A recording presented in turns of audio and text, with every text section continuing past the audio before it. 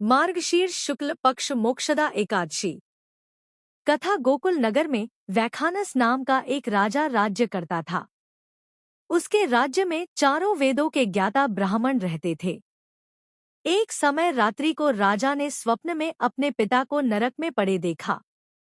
इससे उसे बड़ा आश्चर्य हुआ और प्रातः होते ही ब्राह्मणों के पास जा अपनी स्वप्न कथा कहने लगा कि मैंने अपने पिता को नरक में पड़े देखा है और उन्होंने मुझसे कहा है कि हे पुत्र, मैं नरक में पड़ा हूँ।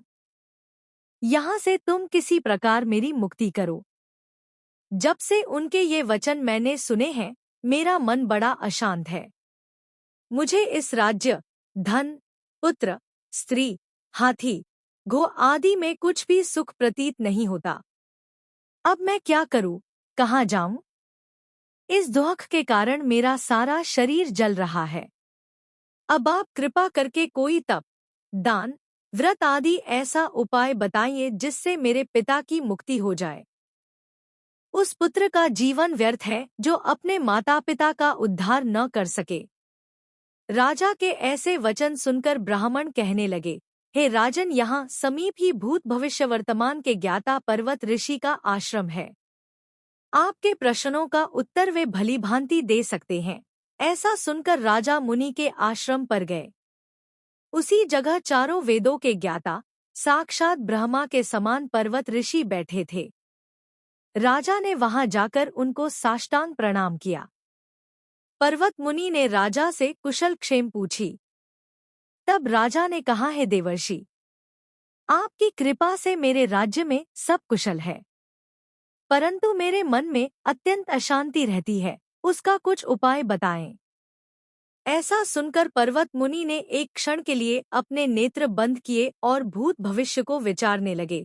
फिर बोले, राजन, मैंने योगबल से तुम्हारे पिता के सब कुकर्मों को जान लिया है। उन्होंने पूर्व जन्म में कामातुर होकर सौत के कहने पर दूसरी पत्नी को ऋतु दान मांगने पर भी नहीं दिया। उसी पाप कर्म के फल से तुम्हारे पिता को नरक में जाना पड़ा। तब राजा बोला, हे महात्मन, मेरे पिता के उद्धार के लिए कोई उपाय बताइए।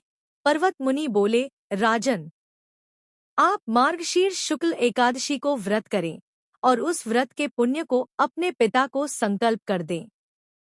उस एकादशी के पुण्य के प्रभाव से अवश्य ही आपके पिता की मुक्ति होगी।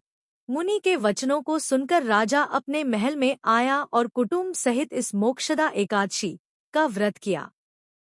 उस व्रत के पुण्य को राजा ने अपने पिता को अर्पण कर दिया। उस पुण्य के प्रभाव से राजा के पिता को मुक्ति मिल गई। वह स्वर्ग को जाते हुए अपने पुत्र से बोले कि हे पुत्र, तेरा कल्याण हो।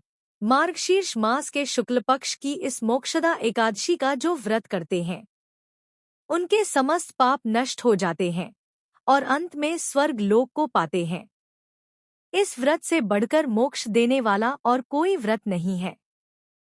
इस कथा को पढ़ने या सुनने से वाजपेय यज्ञ का फल मिलता है।